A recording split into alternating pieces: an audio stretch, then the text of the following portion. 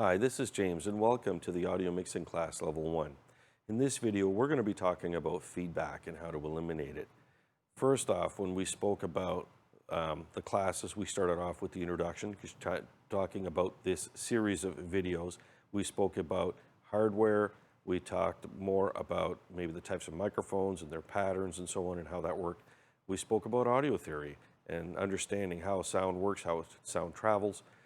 Even about how much difference there is and how to know how much difference to make, in terms of decibels and so on, which are not just audio measurements for the ear, but also audio measurements, which we can actually see on the faders. And so we know we can make those adjustments in those steps as well too.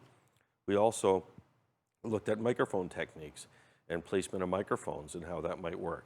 We spoke more about mixing and the mixer itself and some of the connection points and how to set up some basic mixes by setting the gain on a channel and how the fader and the gain relates together. We even went through some frequency adjustments on low frequency, low middle frequency, low high frequency, and also the high frequencies as well too. Sorry, the high mids is what I meant to say, high mids and high frequencies. So we went through a number of those things. And so at this point, we're at the stage of feedback, but we needed to learn about all of these other things beforehand because we needed to know how to adjust these different things.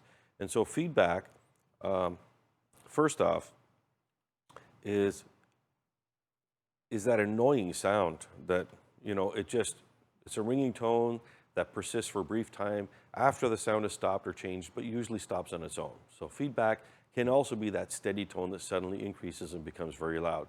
So the first one would be more like a ying, ying, ying, like this.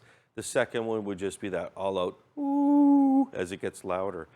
And so how do you stop feedback? Frankly, it's not rocket science, turn the volume down. If you have microphones which are open, keep them away from the speakers. Maybe mute those mics or mute mic'd instruments if the microphone is external, or even if it's something like an acoustic guitar, even though that it has a jack plugged into the guitar itself may have an internal microphone, and that still picks up sound and could cause feedback. So that's something else to think about as well too. So let's look at a few steps that we can take. So what do you do if feedback occurs? Well, you want to start off maybe by lowering the main output.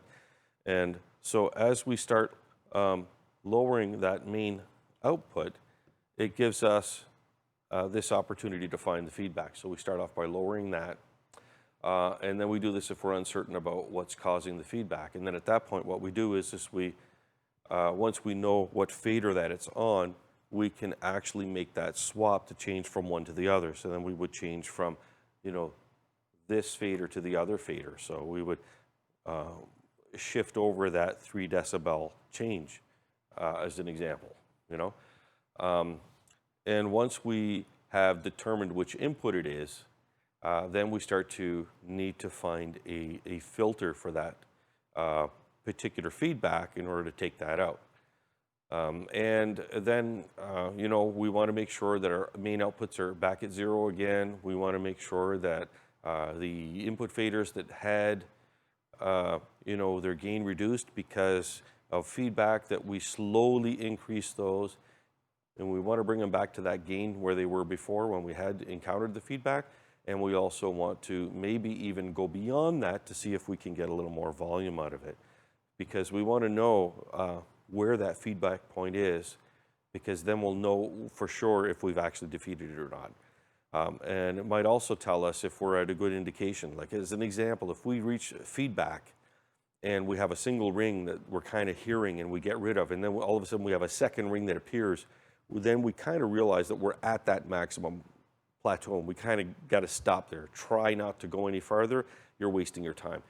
So there's that as well too. But oftentimes we'll get like one feedback that when we eliminate it, oftentimes we can actually get a little bit louder, even 2 or 3 decibels louder than before.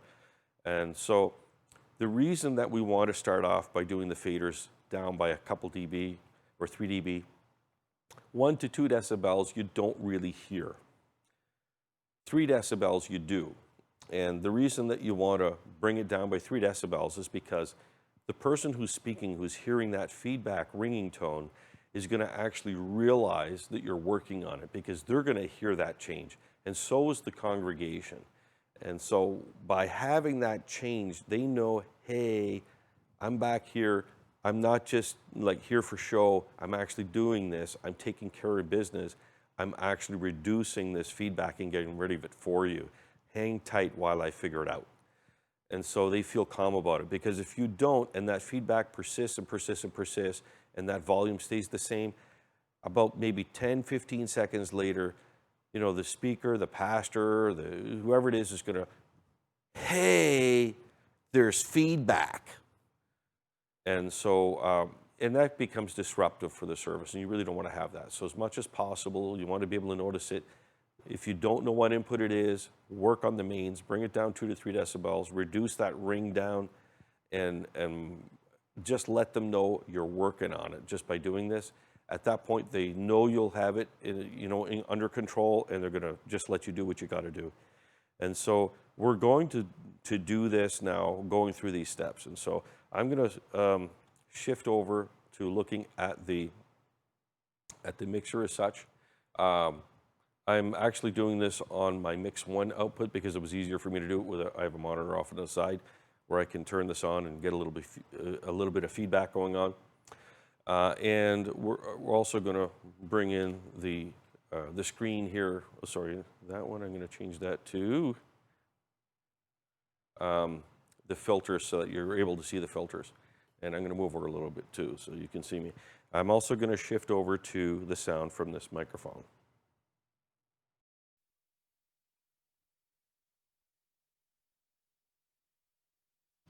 Okay, so now you're hearing the microphone, and you might even hear a slight amount of feedback on this because it's getting near that point of feedback, but you don't really hear like continuous tones, but it's kind of like on the edge.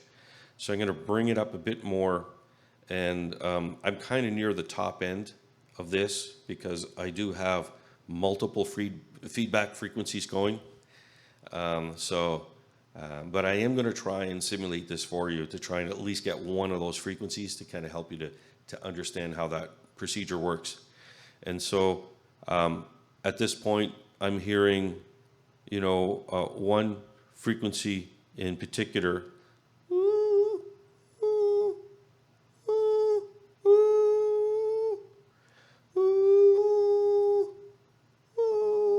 Maybe in that range that I'm kind of hearing a little bit more of. And so I want to try and go after that one. And so I'm going to do this. I'm just going to start off with the low mid setting. And I'm going to take my width for the low mid, and I'm going to make it as small as I can. And the smallest is 1/9. And I'm going to decrease that about maybe 5 decibels or so, and it put in a little filter. And so while this is kind of ringing with that,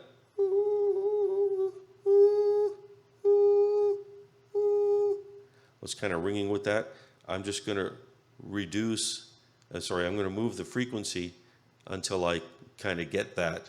So I'm going to just move it back and forth until I start to notice that it has dropped or even disappeared. And when it seems to have kind of disappeared there, I'm going to move it beyond that area to see if it comes back again. So I'm continuing to speak, and I'm really not hearing it anymore.